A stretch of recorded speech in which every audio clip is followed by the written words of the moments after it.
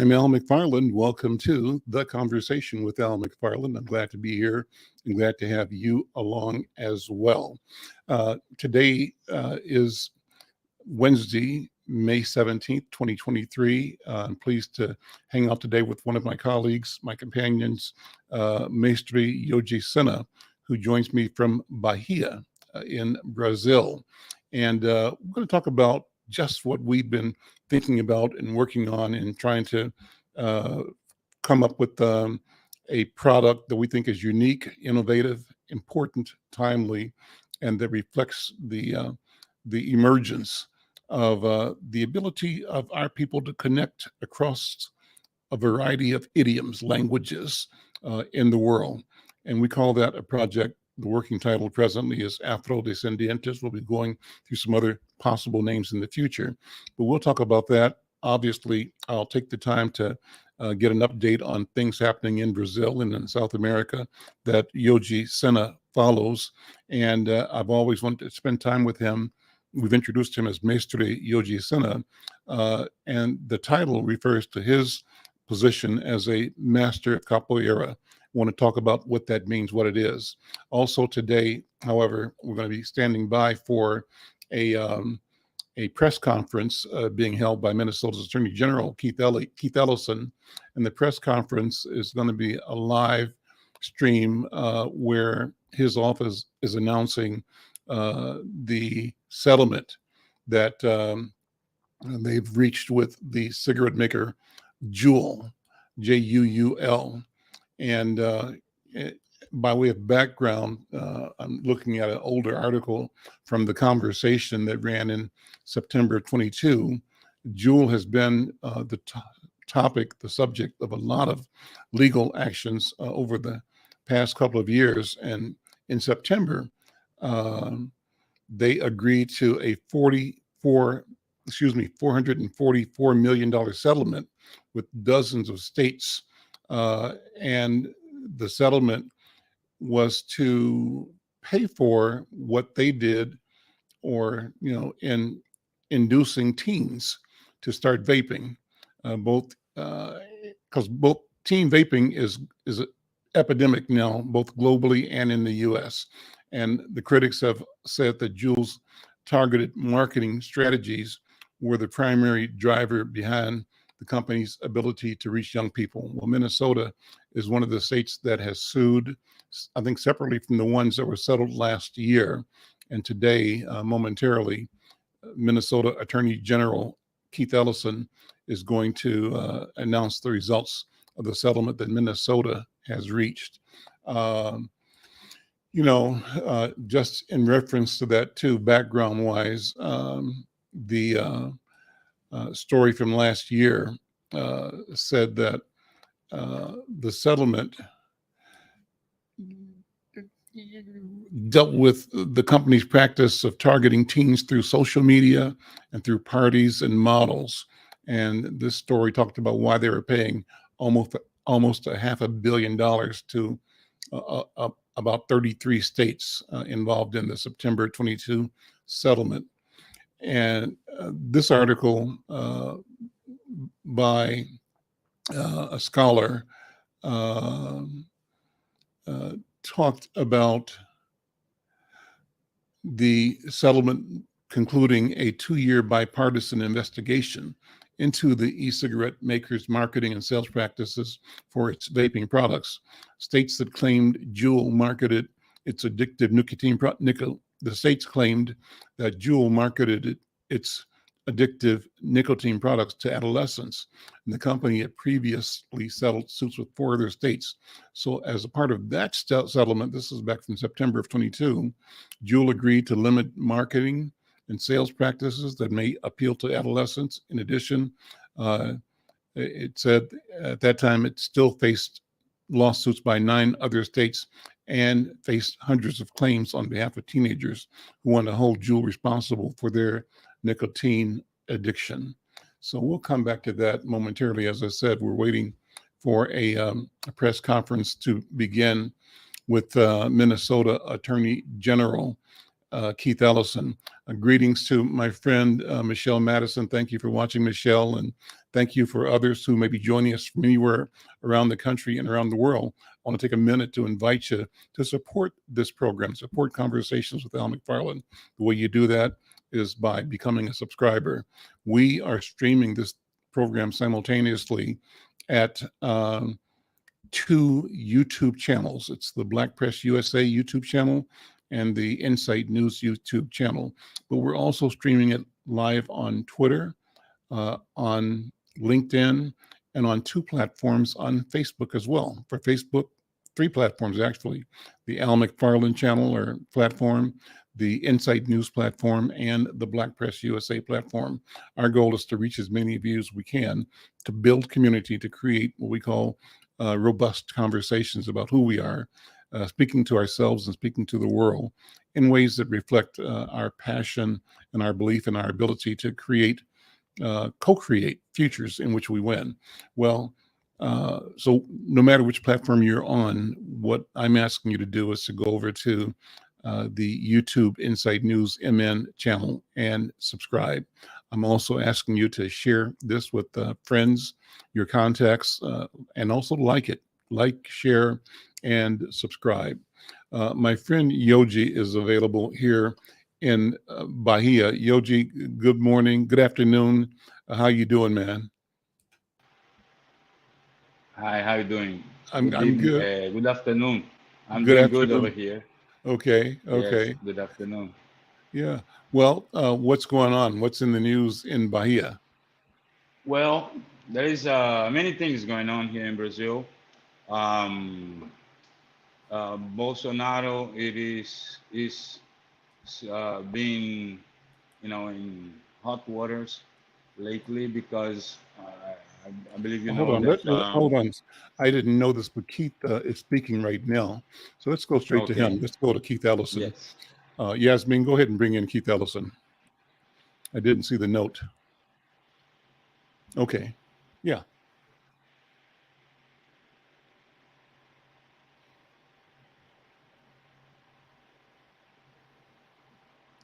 Can you bring it? There we go.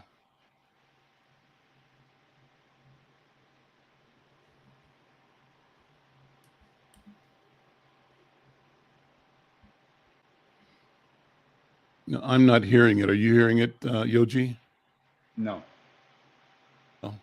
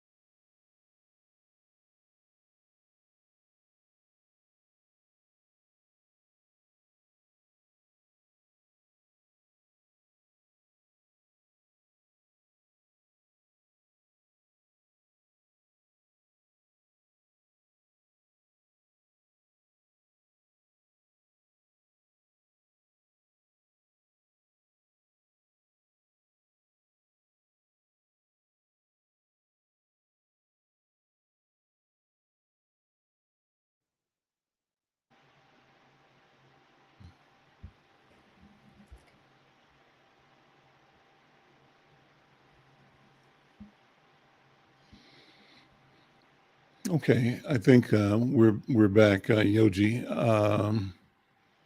Yes. And we're still, I guess we're not getting what we wanted technology wise, but I can see that the Attorney General is speaking right now.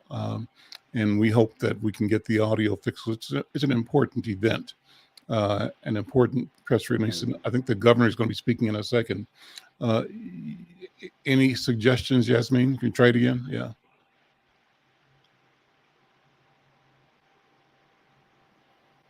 Okay. So maybe we're not Here going to in be able. Brazil, vaping is illegal. Okay. Okay. Talk about it. What is how did Brazil come to that decision? Um, well, the roots of it, I don't know, but I know that is, you don't find. I mean, you find uh, like people who like to pretend to have money or things like that doing it. Mm-hmm. But you don't find in any place that they sell tobacco, or even head shops that, marijuana here is also illegal. But vape in particular, it's very, very badly seen already. So Okay. you see once in a while operations of police catching those that kind of commercialize them as a contraband, Mm-hmm. you know. Hmm. But for Interest. health issues, because I believe so, the health system here, even though that we locals here many times have a lot of complaints about, seemingly not be efficient or fast enough, Mm-hmm. but we have a pretty interesting universal healthcare system that, in certain way, since the last governments of rule, all these state authorities or agencies Mm-hmm. of regulation or inspection or whatever, Mm-hmm. they acquire, much more power into try to make things safe.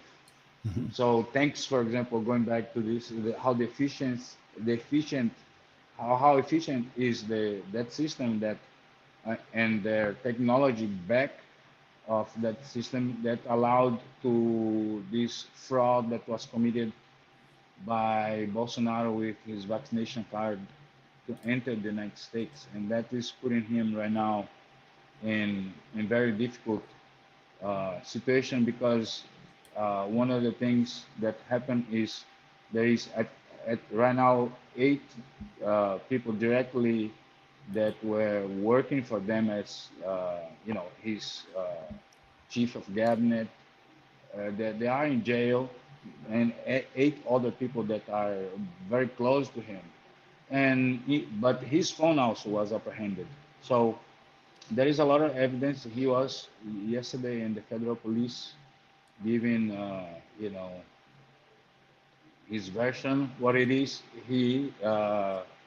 Because there is the falsification of his vaccination card as well of his daughter's vaccination card, and she's a minor, and that also involves to the corruption of minors, and that was to him and her and the wife entered the United States in the last days of his government when he ran away from Brazil, went to the U.S.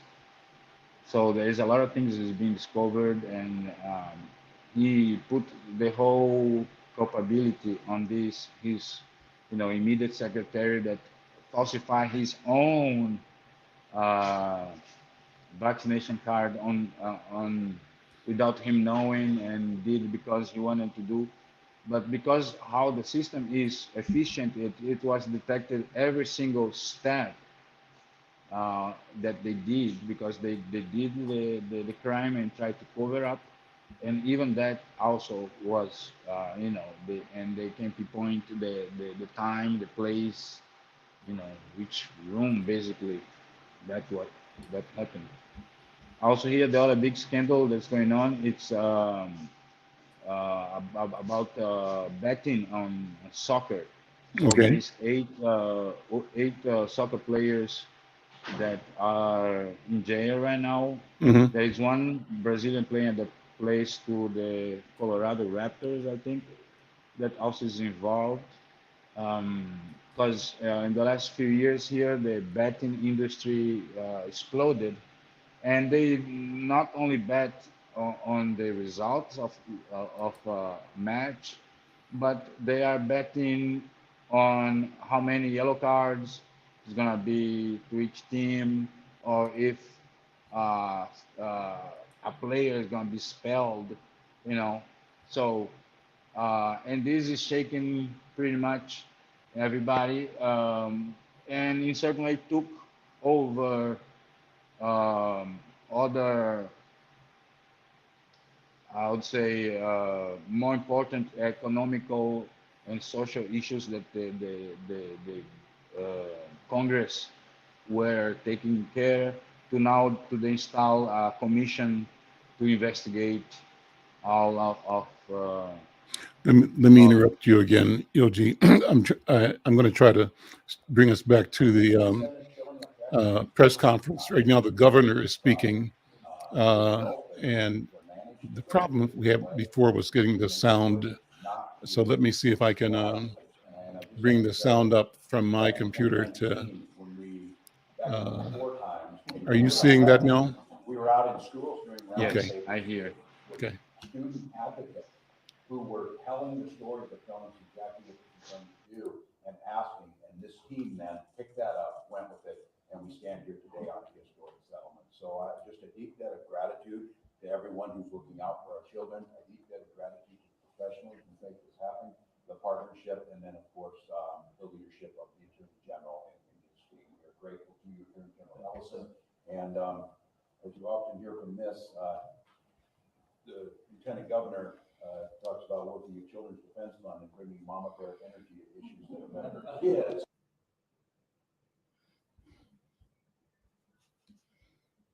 Oh, there we go. So the stream, that's interesting.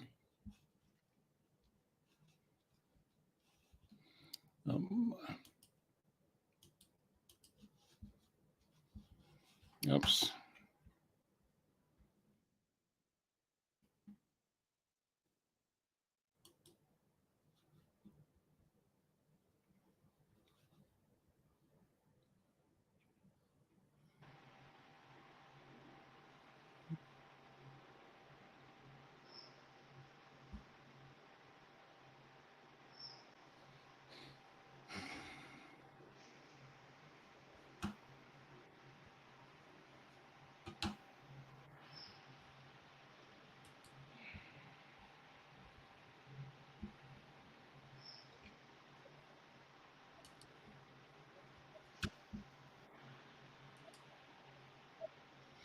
Okay, let me try to present that again. I'm hearing that, but hold on.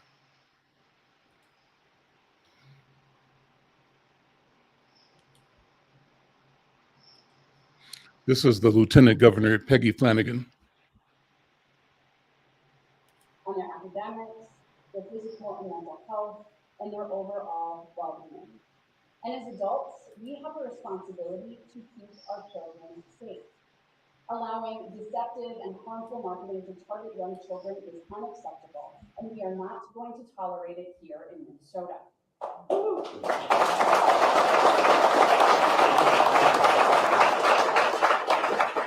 That's that mama bear energy. I'm so proud of the work of the Attorney General's office and for all of those involved for stepping up to hold these folks accountable. And thank you especially to the young people who shared your story to inspire action.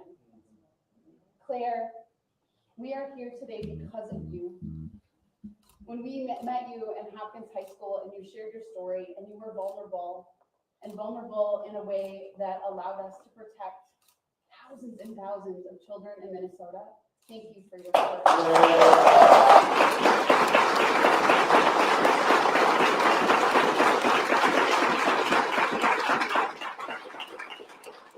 Thank you, Katie, for your leadership as well, stepping out there and telling the truth. It really, really matters.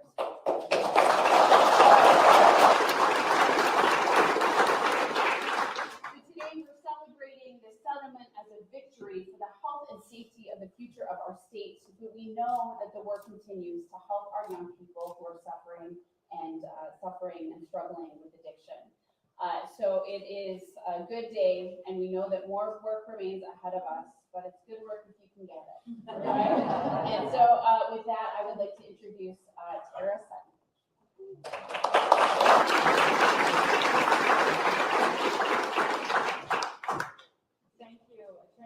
Ellison, the governor, the lieutenant governor.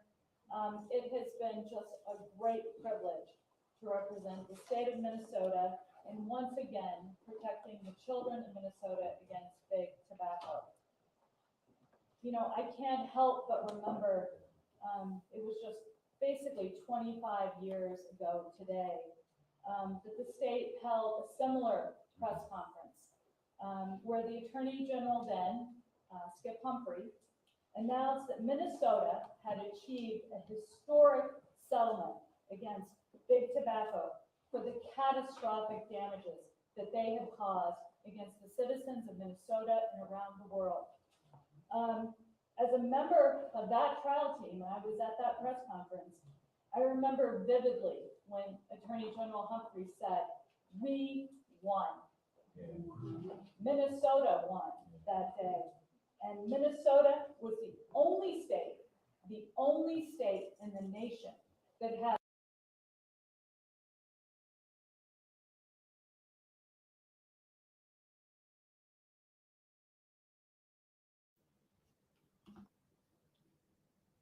So it sounds like we lost the sound again. Well, that's really cool. Keith Ellison, kudos to him, kudos to Governor and Governor Waltz and Lieutenant Governor Flanagan and the team, because what they've done and are doing is significant. As you may or may not recall, Minnesota was one of the states that went in on big tobacco 25 years ago, resulting in massive 20-year funding streams to do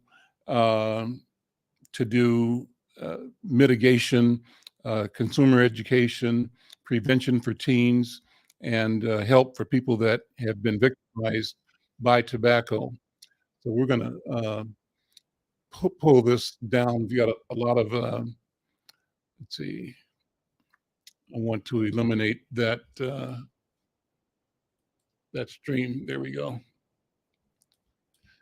I have it playing in the background, just closed it out because we're having difficulties getting the sound and the video to you. It was being streamed live from Keith Ellison's Facebook page. Thank you to Keith and for what they're doing. So,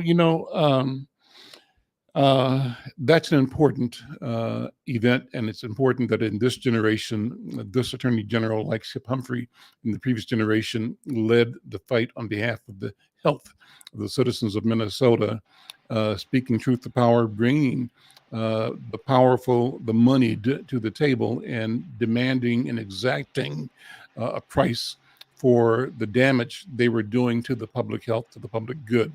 Is it enough? I think it's never enough, but it's a step in the right direction. So again, kudos to Keith Ellison. And as we get more material, more information, we'll share it to you. The thing that I'm concerned about is that there has to be critical analysis of how much of the vaping activity impacted communities of color in general, Black people in particular. And the complaint that Al McFarlane has about how Minnesota and probably the nation faced resolving the issues around tobacco. My complaint is that it seems to me that Black people and brown people were victimized at levels that were greater than other populations, but the remedies did not match the victimization rate. What do you mean? I hope I maintain, and I could be wrong, so I'll say that as a disclaimer. I could be totally wrong, but my sense is that we need to make sure that our communities are knowledgeable about the details of the settlement. If the settlement is X millions of dollars, and if our people have been impacted, say 1/3 of those impacted or 1/5 of those impacted, how do we ensure that 1/5 of the proceeds end up going through and to mitigation in our community? And in fact, how do we begin to use things like this to be building blocks for economic renovation, economic and health and community empowerment? It's like the same thing with, in my mind, with marijuana. Black and brown people stigmatized, our communities associated with weed as an evil, not as a natural and sometimes medicinal instrument. But finally, the science and public policy changed in the light of evidence, in light of experience over years, and the fundamentalist paranoia that on the one hand regales in alcohol, but rails against marijuana. And you wonder why that's the case. And in part, from my point of view, it has to be the money. I mean, if the alcohol industry is like the gun industry, backing a lot of policy making in our country, then they've normalized uh, the use of alcohol, the use of guns, and now they're going to normalize the use of not so much tobacco but marijuana across, well, in Minnesota for sure. Both houses have passed a bill making legalized recreational marijuana available after that bill is uh, negotiated between the House and the Senate version. The governor says he'll sign the bill, so expect that to be the law. But part of the energy in Minnesota, and it should be across the country, is how do we acknowledge the negative impact of law enforcement, of criminalization of Black people around marijuana use and marijuana possession and marijuana policy. Whereas in one generation, it was the work of the devil. The next generation, you can go to a public store. You'll be able to go to public stores and buy marijuana. The possibility will come that there'll be municipally licensed shops selling marijuana. And so that's a sea change. And how do we get from our ability to use policy to demonize people and not spend the same investment in restoring? So that's kind of the general question I have. And that's why it's important to watch both the jewel and the marijuana, to look at, again, alcohol, the history, tobacco. The consistent failure from my point of view is the failure to ensure that our people benefit from the changes in the law. And what happens more often, and I've said this again and again, we get the misery, they get the money. And so entrepreneurs are lining up to line their pockets with the recreational and the medical marijuana business. And Black people, unless we figure out a way to organize and to demand inclusion, will be left out again. I hope that doesn't happen. Yoji, jump in, brother. That's me editorializing. But those are my thoughts. And what do you think about that? Well, yes, that is absolutely right. In a certain way, uh, the prohibition and or later the legalization, it's always for the benefit of, you know, a group of people or few, Mm-hmm. and it's always used to perpetuate the systems of, of you know, supremacism and economical encroachment. Um, because, even when it's illegal, all the money that's poured into policing, uh, you know, chasing people, Mm-hmm. you know, people end up in jail. Many of those jails could be private, or even those that are in the government. You know, everything is confined in values. Each meal of a prisoner has a value Mm-hmm. in dollars. Mm-hmm. And they call companies to the phone inside the jails to the inmates to call out to the families. There's a and later when legalize all the taxes and gentrification, nice decoration, glasses and shiny metal, a lot of lights, and just a few people has the kind of money to even open up a shop, weed shop like that, as you see in California. So they are, big companies. They control everything. They grow and they manufacture, distill, and also has the point of sale. Mm-hmm. So apparently the illegal market is still thriving in those places What's the that has similarity been now legalized. in Brazil with the U.S.? What things are the same. I've always been told that in many ways, policies in the U.S. sort of precede those in Brazil by 10 to 20 years. And so, what does it look like, and what's been the experience of laws on say alcohol, tobacco, marijuana on Black people and the general society? And you were mentioning it. I mean, if you put a bunch of people in the jail, you got to have a big industry of jail making, of jail building, jail management, probationists. A lot of people make a living after Uniform. extracting and containing. Tell me about what's Yes. happening in Brazil compared to what we know happens here. So it is, yeah. Brazil sometimes does reflect what the social and cultural trends that happen in the United States. Here, the attitude of about marijuana, it's still very conservative in the general, even though, there's always been highly used. But, and the thing is that the states here, they don't have autonomy as they do in the US to do their own laws.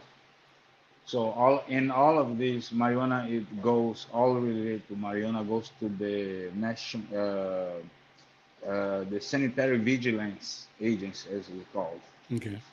So there is a debate, and there is some legal ways that is people are having access to. So there is marijuana clubs, Ah, like social civil associations.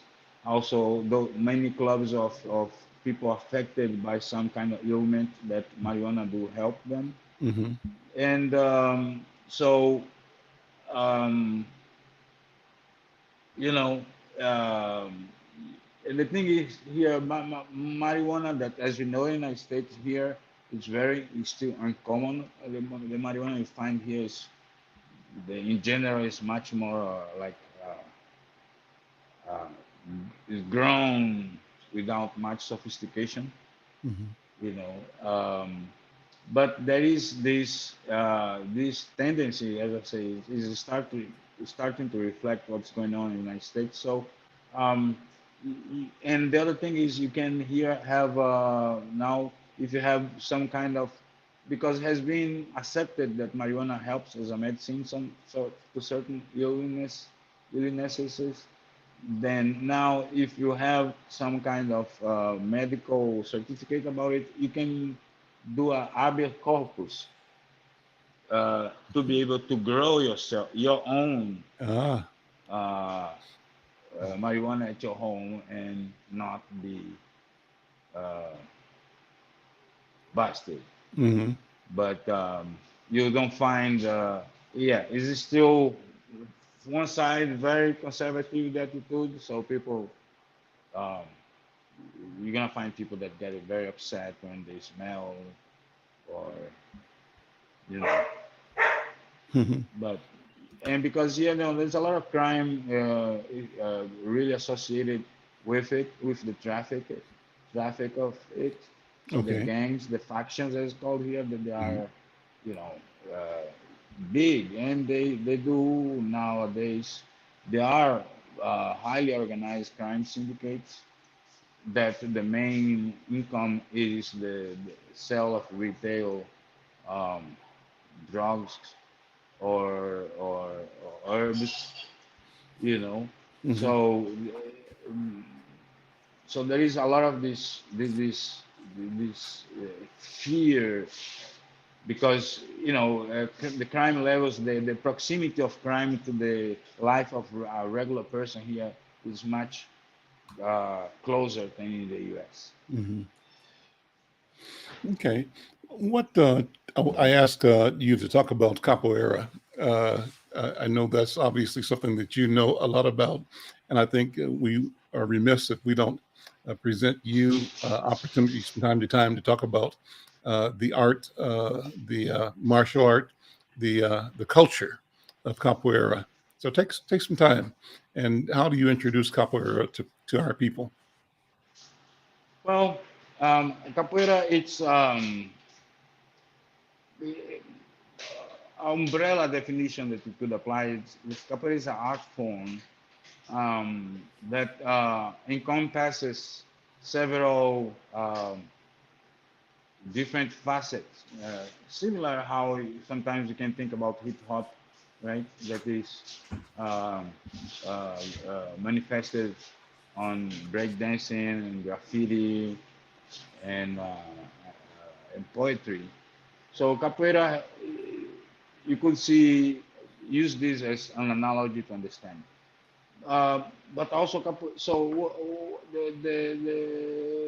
the most traditional uh, image that capoeira projects, it is of being of a game, an athletic game, and martial art as a form of self-defense um, that because its own cosmogony is um, uh, performed with music, many people that are not inside the capoeira perceives to be a dance, Mhm. and with demeaning kind of connotation. So capoeira is an art form that developed throughout the period of enslavement of the African people in Brazil. And the capoeira that we see nowadays, it's a version of the capoeira of the region of the Bay of all the Saints around the from the decade of the 1920s, which is was a decade that was very important to worldwide culture that gave us a lot of artists and philosophers and thinkers and scientists that in many ways set up many of the things that we do in think today, right? It's the time of the Belle Epoque, also the time of the big crash of the stock exchange of New York, the crash of 1929. But it was the time of E. Scott Fitzgerald, and then we can come to Josephine Baker, Franz Fanon, Leopold Senghor, Aimé Césaire, and Charlie Bird, and is the time of the Harlem Renaissance, and that uh, in Paris was the beginning of the movement de la Negritude, right? All in this era of the Belle Epoque, Gertrude Stein, Freud, Picasso, everybody was in that. So it was a worldwide time of great cultural, Sartre, you know, evolution, Jung, all these people was around that time. So, and one of these things is when it emerges capoeira out of the Bay Area of the city of Salvador, where many of those people would come from inland, from all this surrounding area, to Salvador, because it was the big city, which attracted most people to that area. So in that time that was the time that uh,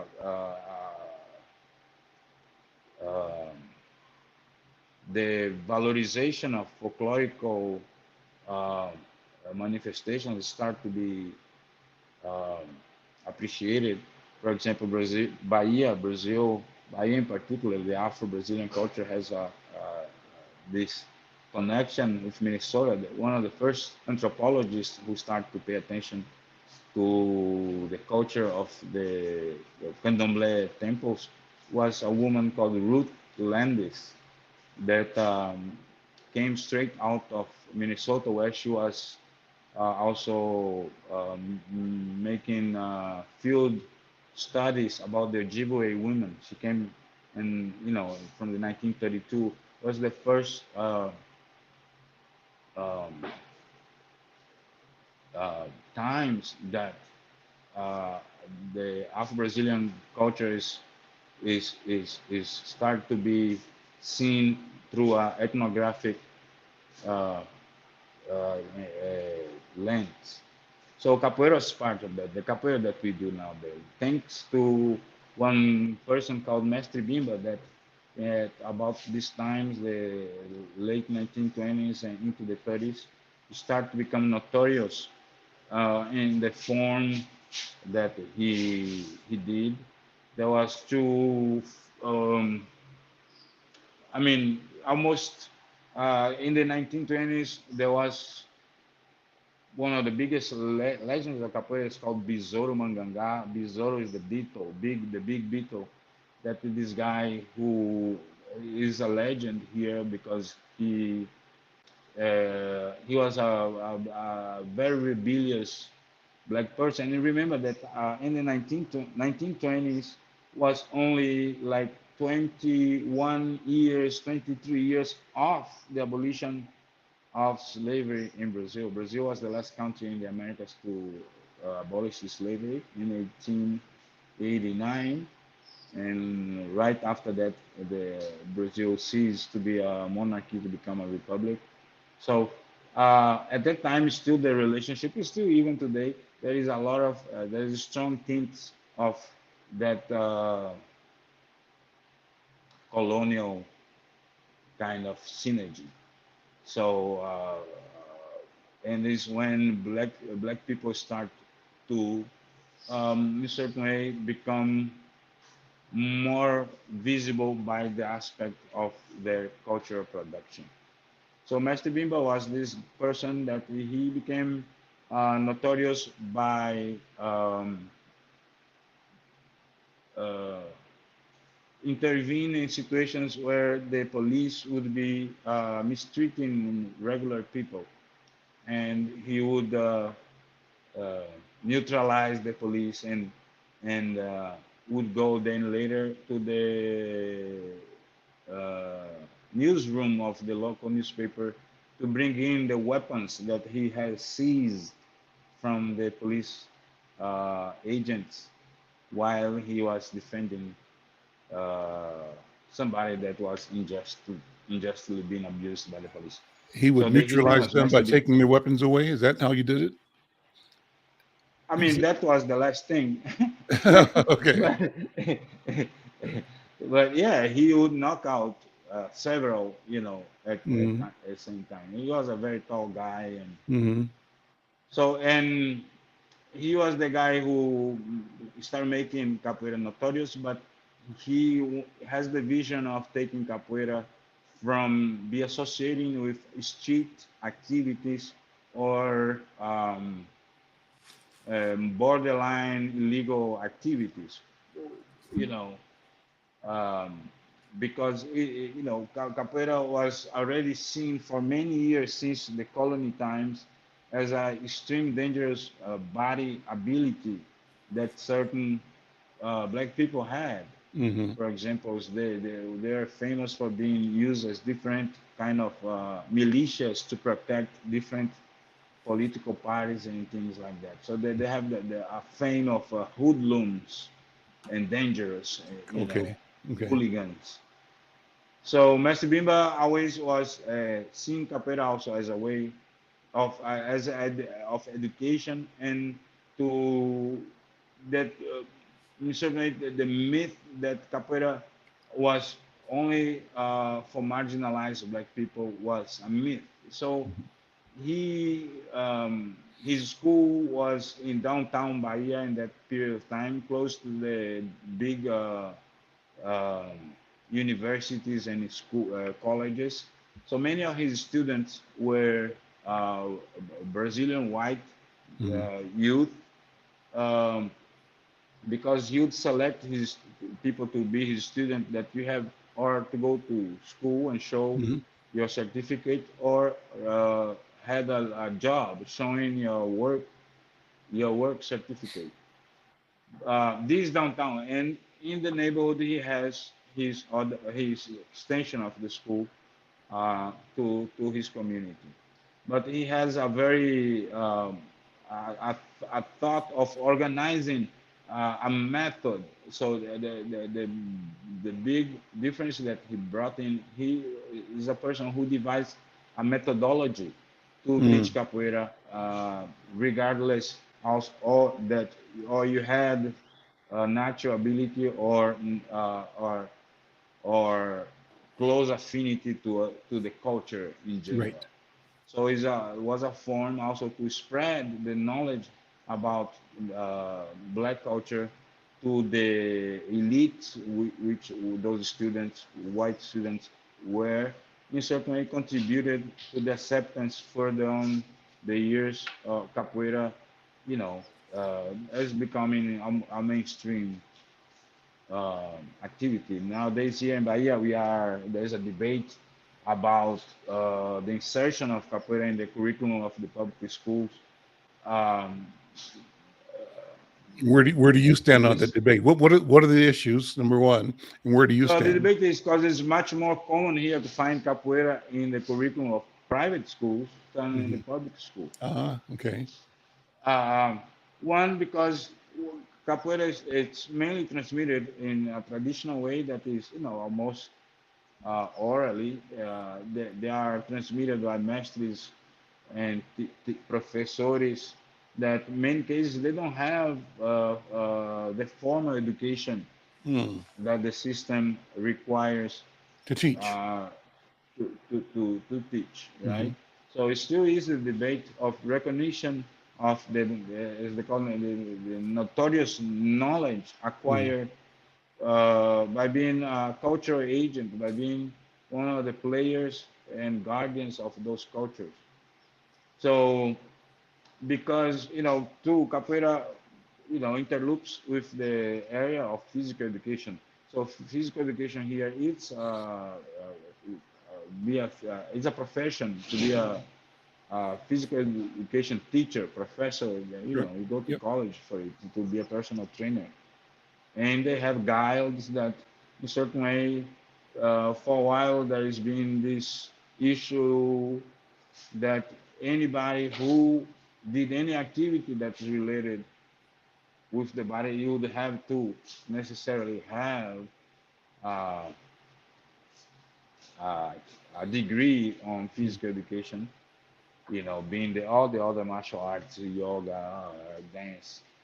But they kind of now separated. This is a place that people do, practice a lot of sport, Mhm. you know, and there is a lot of those social society associations or syndicates or that represents a sector.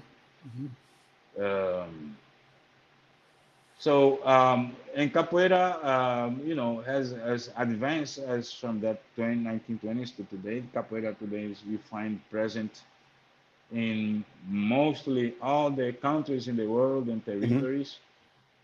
Uh, Capoeira has been recognized uh, is the main instrument of the spreading of Portuguese language overseas or outside. Because, as I say, capoeira is right now in every country in the world and has been percolated its capillarity, it's to many even middle cities in those countries. So it is uh, uh, it has been formally one of the tools of soft projection of soft power of Brazil, because Great. to do capoeira, as I say, capoeira comprehends not only the physical, there are other facets, right? There is all the instrumentation, musicality that you have to learn Portuguese to sing. The songs are sung in Yeah. Portuguese, Yep. and that generally generates people interest to learn Portuguese. So, in certain way, capoeira is a lingua franca to many people who does capoeira throughout the world, from China, to Iran, India, How do you Estonia, Azerbaijan. how do you compare that growth experience to the experience in the growth of other martial art forms like taekwondo, like karate, or like jujitsu, or uh, any of the other Asian martial arts forms? Uh, The process, it's very similar, mhm, you know. You can take it, judo, starting from judo, those um, peculiar cultures that it became universal with time, and sports, right? mhm, Any sport, understand that sports culture too. But so all starts with the migration of communities from those places mhm, uh, to different lands. But in mhm, certain ways, also, it is when those communities migrate to the United States, mhm. right? So it's kind of a trampoline. The United States is a trampoline to the rest Sure, of the world, sure. um, and that also carries a lot of dangers because it tends to pass through this cultural reinterpretation, very peculiar of the United States. It does with the culture of other places where in certain way streamlines and makes a more lean and commercially palatable. Mhm, So that's why all the other you know cultures, yoga, the tango groups, uh, capoeira groups, taekwondo groups, judo, muay thai, mhm, right? Brazilian Jiu-Jitsu, for example, right? That in mhm. certain way has been, it You, is you're in itself you already. you are ranked in judo as well, right? Right, judo. Yes, yes. Okay. Did you come to judo first or to capoeira first? How did they relate, and Uh, how do you integrate them, or do you? Maybe you don't. in the moment that I had choice, my dad had an academy, so there was, capoeira, judo, taekwondo started also in our school here. So, and my dad was a black belt in judo as well. So I started with judo. That is in certain way almost a rite of passage here in Brazil for kids to learn judo. Hmm. All the basics, right? How to fall, how to Hmm. roll, Hmm. Sure. and and because generally it's a very benign and recreational form of judo, so it's very good for kids. So it's very common here. Brazil, it's a place that, as I say, you see sport being practiced, uh, you know, everywhere. Uh, but and fighting in particular is something that also historically Brazilians, do for a long time. Capoeira, Greco-Roman, wrestling, Hmm. something that you guys in the United States in certain way has stopped doing it. But here too, that is called catch as you catch can. Have you heard of that, right? Sure. Yeah. Yeah. That is it's a African American form of wrestling Hmm. that here was very popular Hmm. in all that period because for example here Bahia, it's a city that until that boats with engine became common, right? Everything was mostly done by sail. To Hmm. go to Asia you have to stop in Brazil or in Salvador or in Rio to triangulate to go to India, to China, to Hmm. Indonesia, because people, if you know the coast of Africa, there's times of the year there's no wind, Right. so it was one of the biggest fears of the navigators is to be caught on one of those calmarias, as they call, that you can go for months without No winds end. No and movement. yeah. So to come from Europe, you have to, and even to the United States too. It was so there was a big community here of British in all the big cities, and then American business people too. Mm. You know, to this week, last week, for example, died one woman called Rita Lee. She was the queen of rock and roll here in Brazil. Uh, Her last name is Lee. She's a descendant of General Lee, that you know, 80,000 Confederates, after they lost the war, they moved to Brazil, yeah, to to the keep slaves, city. to be slavers. Yeah, because it was still Yeah. because there was a country that still slavery was going on. They moved Mm. to the area. There's a city called Americana. Hmm. Another one is Santa Bárbara do Oeste. Hmm. That every year they celebrate Yeah, their heritage. this heritage with the Confederate flag and all of this. But so